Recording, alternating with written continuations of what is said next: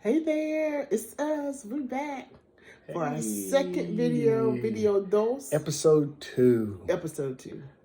And still, we're working out the kinks of a name. My wonderful, beautiful niece in Richmond. She know who she is. That's you. DL.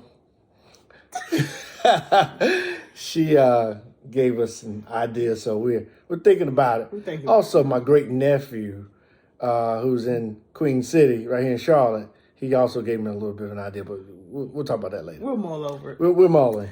Okay, so, we're mulling over. But before we get started, what's up, Riz? It is the end of our night. Yeah. So forgive us if we look a little tired, and forgive us if you hear us yell loud, "Get back in the cage, Arlene!" It's just a joke. The children upstairs. And I must say there are no cages. There are no cages. Okay. Well, they're upstairs. They're talking. They could be disruptive, and we may have to say, "Be quiet and get back in the bed." Yeah, but this is good because this is our life. This is our life. This is a part of what we do. We find time for each other. I think it's kind of appropriate, actually, if you think about it. We find time for each other at this juncture of the day. This is our time. We just did what? Spring forward. So, it's a little bit of a change for the boys, and so they're trying to sleep or not sleep. They're not sleepy because the change of the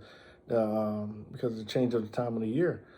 But at the same time, this is what we do. We make sure that we find time.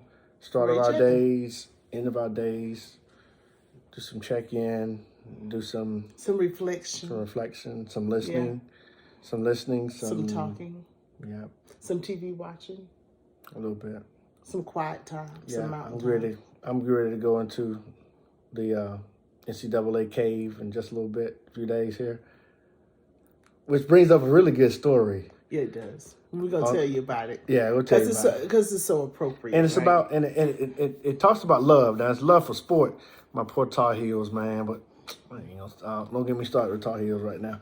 Yeah. But at any rate, but it's it really speaks to his needs, her needs. I know we're gonna be talking about that today, and Dionne's excited. You guys, I'm telling you, she's excited about his needs, her needs. Us kind of going through that. Book a little bit. And so, what you think? I gotta do shameless plugs. Go ahead. You don't want to do shameless plugs? Do shameless plugs. Okay, I'm gonna make it quick. I'm really gonna make it quick. Okay. Shameless plugs. Shameless. Wait. Shameless, less, without, and shame. Shame. Ain't you okay? We good. Subscribe. Now, for those of you who didn't watch the first video, the second one, y'all know we chill, we real. For those of you, this is the first time checking us out, just know we ain't no joke. We are not jokes. I like that. We are not jokes. No, we just have fun. So our topic is what? Your love. What was it? Love ain't love your way. Yeah, that's it. Love ain't love your way. Your way. That's the country way of saying it. Now, say now for all those who are theologians and PhDs, master's degrees, educated, and highbrow. So how do you say it for them, say it in proper English. How do you say it for them? You can't love someone the way you want to love them and accept them to receive it as love. There it is. There it is right there. Okay.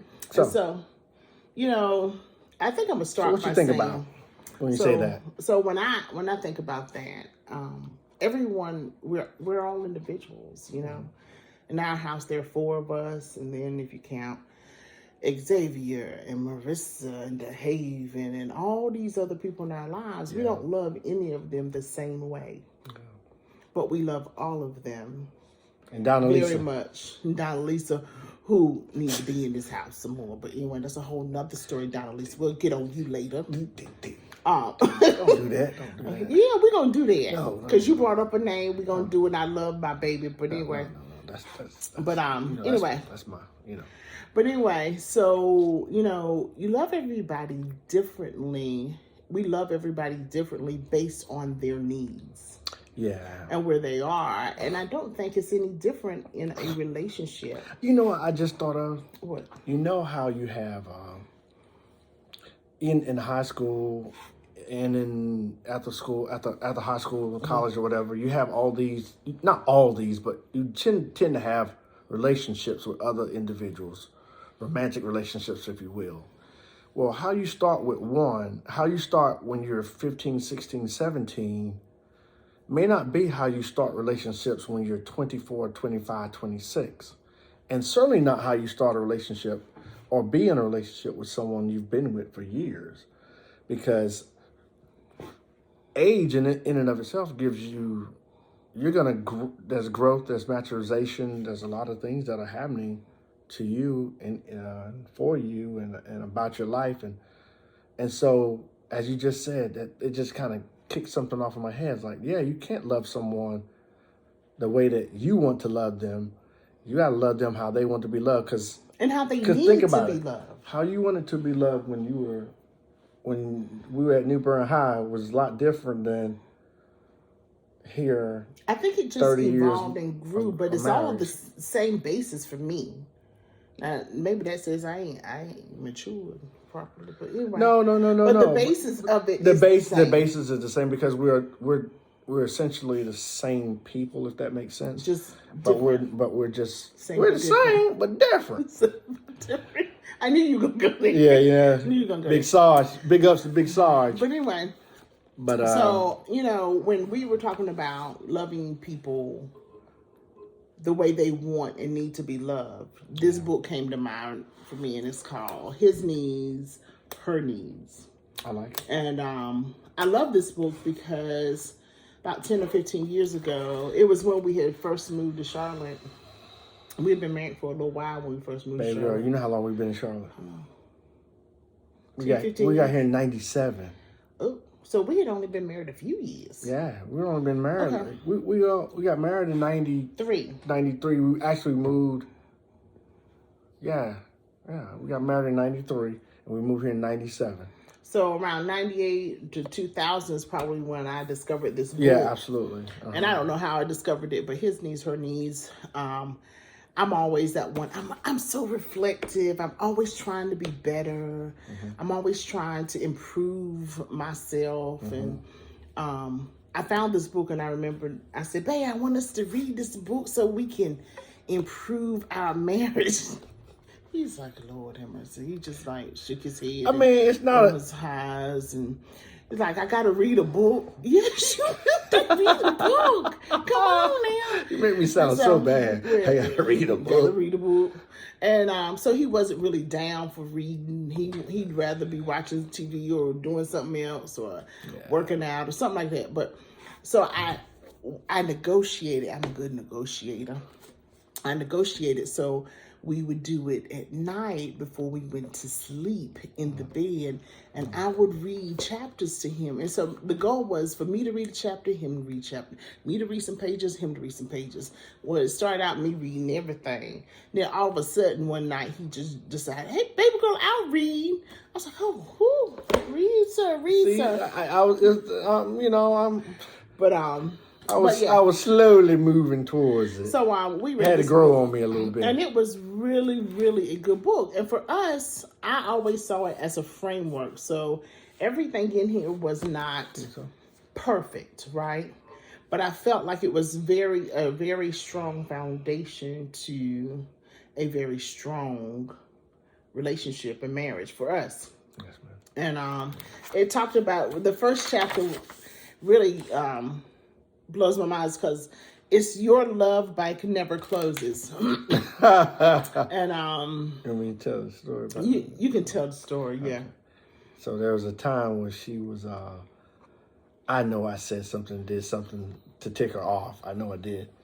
And I remember her saying to me, "You're not gonna leave me emotionally bankrupt."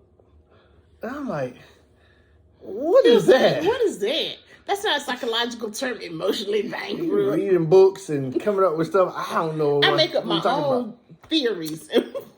Yeah, I don't know what that was about. But anyway, I kind of got where she was going. It made me start to question, like, okay, emotionally bankrupt means to me, I'm leaving her either empty or without recourse. And putting me in a place where I felt like I needed to let it all go and rebuild. Yeah. And I was not going to rebuild. Yeah. And I certainly wasn't going to let it all go. So you need to straighten up yourself.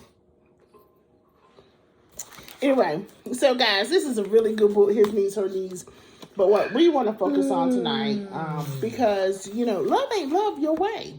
No, it isn't. You can't love people any kind of way and then expect them to receive and reciprocate love when it ain't love to them. But and again, before you get too far in it, I want to say real quickly, when you're also looking at love ain't love your way. Sometimes we design in our heads how we want to love someone, and it's so hard to get it out of our heads. It is. Because, a lot of men will say, I'm going to love you by going to work, paying the bills. Mm-hmm. And I'm going to go to work and I'm going to pay the bills. And woman, you're going to take that as my love. That's my love. Mm-hmm. But then my boy Babyface broke out some stuff way back in the day saying, I'm gonna be a faithful lover. I'm gonna cook dinner for you. Come home from work. When did you get home from work? As soon as I get home from work. And so I used to think about all those things. Like, man, I want to can somebody really do that? And she has experienced that ever since the early 90s. Well, I experienced that from my father first. Yeah, you did. I experienced that from my father because he went to work every day. And he cooked. He cooked almost every day. And he was a faithful husband and father. I experienced that first. So when I heard that song, I was like, ooh, that's really possible. Men out here singing about what I lived in my house. This is cool, man. This is cool. And I ain't settling for nothing less. Yeah. But So in essence, my whole point of saying that is that the loving you your way was almost taking care of me. Yeah, it was there. It was just taking care of you. I have to feel in every aspect. It was just taking care of me. It's not just go to work and provide funds to pay bills or I work as well. It was like I need these other things done too. Mm-hmm. And it can be done. So. It can be done. And then this is the other part of that. You were willing to do that. Absolutely. You were willing to do that, right? Absolutely. And I think that was the key. You were willing to love me the way I needed to be loved. Yeah. And I don't feel like you can have a relationship if you're not willing to love the other person the way That's they big. need to be loved. That's big. Because if you can't love them the way they need to be loved, they should have the courage to walk away, or hopefully you have the courage to recognize that. And I'm a big proponent of reunification and folks staying together who need to be together. But I would say that if you think that you can have a conversation, healthy conversations with the individual and express your needs of love, and you're able to get those things that are it's unequivocal that you get them, and it's not attached to things or do this for me and I'll love you this kind of way. It's not conditional, in other words.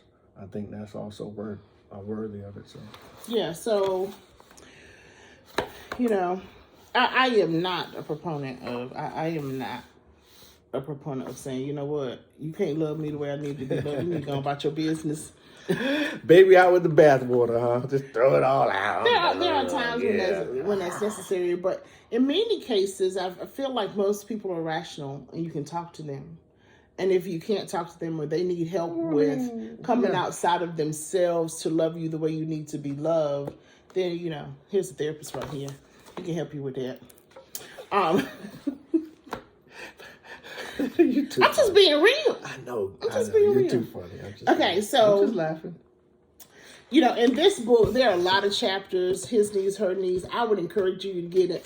I'm gonna say this before I dive into this because I feel like it needs to be said. I don't care how long you've been married. There's always a learning and adjusting process with your spouse. You take your car to the shop and get. That's right. Get maintenance. Right. You do the things that to show anything that you value. Mm-hmm. you accommodate and show it the kind of love it needs. Like, I'm just going to start with women. Women out here paying thousands of dollars for a pair of shoes. Women? Yeah. And they don't throw them shoes in the closet like this. Oh, I'll come back and get you. I'll come back and get you. No, they put them in boxes or they put them on shelves and they treat them real nice, right? Mm-hmm. And so I feel like we have to value our relationships at the same thing because they're extremely valuable. And your man or your woman is always changing because they're living, breathing beings. And so they're always changing. And so you have to always observe and get there to change with them. Okay. So in this chapter is called From Incompatible to Irresistible. That's one of my favorite chapters too. But it has two categories, and it has the irresistible man, and then it has the irresistible woman.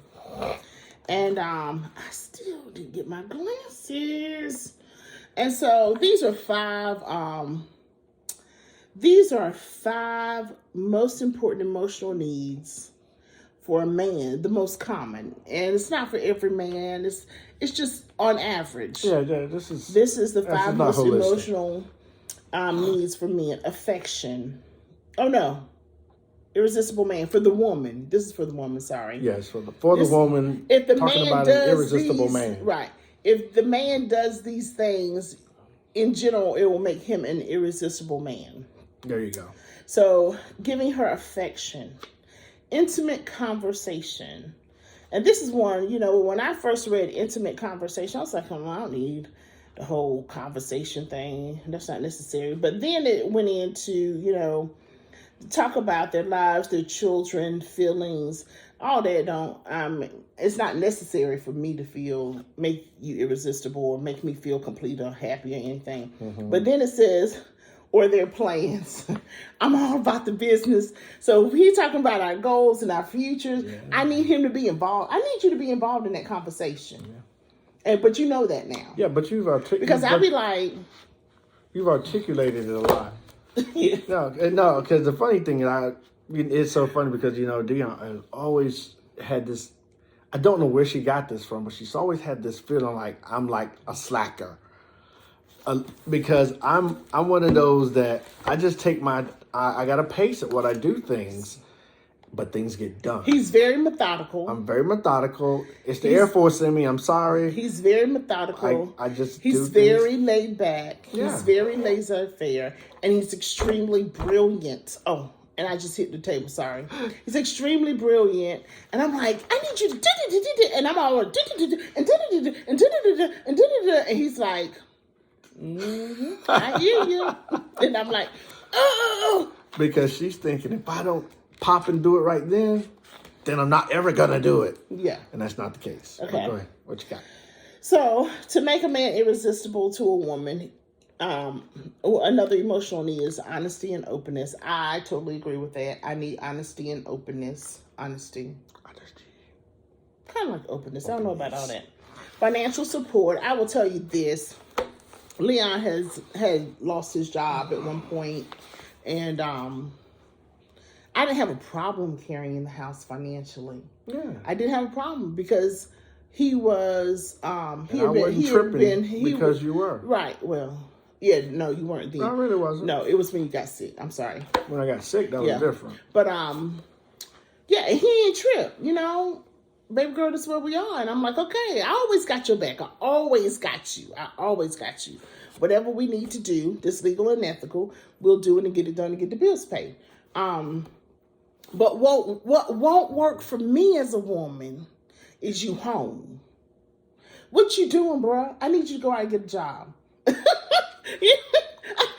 What you doing, bro? Bruh. I don't care how much money I make. I need you in the workforce. But that's just what I. But think about it too. Not in the workforce, but having the income. But that's a part of your needs. Though. That's a part of my needs, and that's what this book is saying. It's saying for most women, women need men to financially support them. Yeah. I feel like it takes a special kind of woman to go out here and support her man, and I hope. There are some women who want their men home. I hope deep in their heart they want them home for the right reason. And I hope deep in their hearts that they're not taking that out on the people at work because they have this level of resentment. So for those women who do it, kudos. I don't want to know how you do it. I just say make sure you're checking your heart. You don't have no resentment towards that man, because it can mess up a marriage. And then the other thing that makes a man very irresistible to a woman in general is family commitment. Yeah, man. And I've never been without family commitment, so I can't tell you how important that is to me. Like, I can't tell you it's high, low, medium, because you've always been committed, right? Oh, yeah. I was wondering where you was going with that. Yeah, because I don't require, in family commitment, they're talking about, sitting at the table, eating together and that type of thing. We do sports together. Yeah. I enjoy doing that with you. As a matter of fact, you started me working out. Yeah, we're back in there. And now it's like I really can't have a successful workout without you. But I like the fact that you made the choice to work out with me. Yeah. I was already doing it. And you were like, I want to go do what he's doing. Well, irresistible woman. Let's talk about that. Let's do that. Okay, right, so this is what makes a woman. Let's talk about, these are the emotional needs of not just general. Emotional, because some of these are actual physical needs as well. Yeah, but they call them emotional. I know. Right? Important emotionally to men. And if you take part in these actions with a man, it will make you irresistible to him. Yeah. I hope I explained that right. Go ahead, babe. You did. So the first one that they have down is sexual fulfillment. Second one is recreational companionship. Well, we're not talking about it, but sex is important to a man. And most men, not all men, but most men, it's important. Yes, it's an important feature. I like the fact that it doesn't stop there, though. It goes on. It goes on. Yeah. Recreation. Because it's not everything. Absolutely. Recreational companionship. Essentially what we just talked about sports and things like that we do together. Yeah. Physical attractiveness. That's certainly there. Domestic support. Physical attractiveness is one that I think some women get all bent out of shape on. Like, I'm more than my physical. Well, and and I think that's true, but men like what they like. Yeah, I mean, and as I've often said, doesn't mean you have to be skinny. Doesn't mean your hair has to be a color, a certain kind. But your man likes what he likes, right? Yeah. Like, you like straight hair. It's beautifully curly. You see how you looked at my hair? He likes straight hair. However, I tried straightening my hair. And you had all those sores. I had all these sores on my scalp, and he loved me enough to say, I will sacrifice what I love. You gotta let that go. Yeah, let it go. To have you have what's best for you, right? And so I got natural hair. Now, my natural hair, if it gets out of control or if it don't look too right, he will tell me that, and I will have to go get. No, I always say like, Ella, fix your wig, Ella. Something like that. And then I think the other thing is you have to understand, just because it says physical, every man does not want a thin woman, just like every man can't handle a plus size woman. Yeah. Leon tells me all the time there's a magic number. When you hit that magic number, I ain't gonna hit it. No, we're not gonna go past that. And that doesn't bother me, because he has a thing. But at the same time, on all of my weight loss journeys, there've been many of them. Yeah. He always tells me, "Don't get too small, because I don't want no real thin woman." Right? If I wanted a thin woman, I would have married a thin woman. So I think you have to understand the expectations of your man. But the thing that I've always had in mind about you and any weight loss that you're after is that it truly takes an emotional toll on you. And I hate seeing the emotional toll that it takes on you sometimes. Yeah, giving up sugar and carbs is not easy. That's a whole nother. I know. We make light of it, but seriously though, it takes it does do something to you emotionally sometimes, and it's not always good. Right. And to the point that you're biting. You're outside of your general personality. Biting. outside of your general personality. You're trying to keep it clean. And, Thank you, honey, for letting me maintain my dignity. And I think that's something that is worth, is to me, it's not worth it to have you struggle in that manner when you could be enjoying your life and just there's other things to be concerned with. Thank you, boo. There's other things to be concerned with. It really is. So you know, that's how it works. Okay, go ahead. So the last thing I have down was Is it last name? Yeah, I didn't talk about. Did I say? Excuse me. Domestic support. No, not domestic support. You said physical attractiveness. Okay, yeah, domestic support, and then admiration and appreciation. Oh my gosh, those are big things. Whenever both of those are big things. Those are big things. Domestic support. I like how they have it in the book, and I think I totally agree with it. You got to get a book, but I also think that when you look at admiration, man, it's late when I can't even talk. Admiration, and so and appreciation. And appreciation. I think those two things coupled together are something that it's when someone's in your corner, and I haven't lacked for that from the moment we said I do's. I haven't lacked for you being in my corner, and being. And I admire this man. Yeah. I do. I admire you. Thank you. I'll be like, babe, can you do the math here for me? Yeah. It's 33% off. Yeah, she used me because my right. Okay. The backdrop is one of my degrees is my undergrad is from North Carolina A&T State University. Aggie Pride.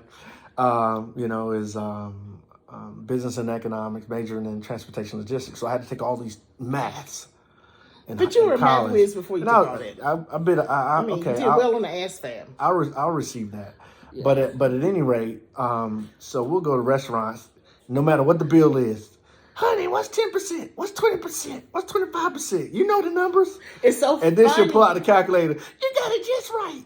But it's so funny because now I've been acquiring a skill of messing with numbers, right? Just man, because you've been working with him. And so now he'll be like, baby girl, you need another. No, it's so. He'll be like, how you get that? Yeah. I'm like, I ain't stupid now. Nobody ever said that. I asked you because I admire you and respect you and appreciate you, but I could do it if I need to. But yeah, so admiration and appreciation is huge, right? So, doesn't do everything perfectly, but neither do I. But I really do make a conscious effort to say phrases and words that let you know I admire you. Same here. Right? Because I know that well, as a matter of fact, I may not do as much as you do, but I do a lot of kind of build you up. You do a lot of appreciation. I do a lot of appreciation and build you up because... especially since I've been a mom. You've been like... Yeah. You'll write me and say, you're a good mom. And I'm like... Because, you had some tough days. She's had some tough days, y'all. We'll talk about those chaps, man. We'll talk about parenting. That's a whole nother story. Chap City. That's like 4 months of conversation right there. How about that? That'll take you through the summer. That's got fall written all over that. But you have to learn to love people the way they want to be loved. And if you can't, then, especially if you're talking about a relationship, you either need to figure out how to adjust. Sometimes it's sacrificial. And if you can't do that, then you need to move on. And if someone can't love you and they're not willing to make the sacrifice to adapt and to change to what you need, then you need to move on. Because what ends up happening is you end up divorced because you use the words, we grew apart, or we didn't click, or it didn't work. And it's not... Or I've changed. Or I've changed. No, you haven't changed, sir or ma'am. It's just that you decide you're going to stop settling. Yeah. Right? And so... So you can make your marriage sizzle. I didn't see that back there. But anyway, so guys, we a part of our 30 years is loving each other the way we need to be loved, right? Yeah. So, and for me, that's like watching sports. Yeah. That's like working out. And for me, that's reading books. And sitting outside by the fire pit and just playing our favorite songs and just relaxing. That's having in more your space. That's really your space. I invade your space. And for you, Bae, it's like going with me sometimes into deep conversation and deep thoughts, right? Because I love to get deep, and I love to ask questions, and I love to do those types of things. And you go with me as long as it's not too early in the morning. Yes, I was going to say, she'll try that in the mornings. I'd be like, D. 10:30, 11 o'clock, we can do that. Can't do this at 6 o'clock in the morning. That's what I think. That's what I think. Right? No. So you can't love people your way. So to wrap it up, love ain't love your way. It ain't. It's how whomever you're loving, it's their way. That's right. And it's your job to figure out their way. I had to figure out Dee's way, and it's on a bit of a pendulum because it swings a little bit here and there. Swings a little bit. It's okay. I got you. I know. All right. I guess that's it, guys. I hope y'all enjoyed that. We went a little over. Sorry about that. But anyway, peace out. See you next time. Later.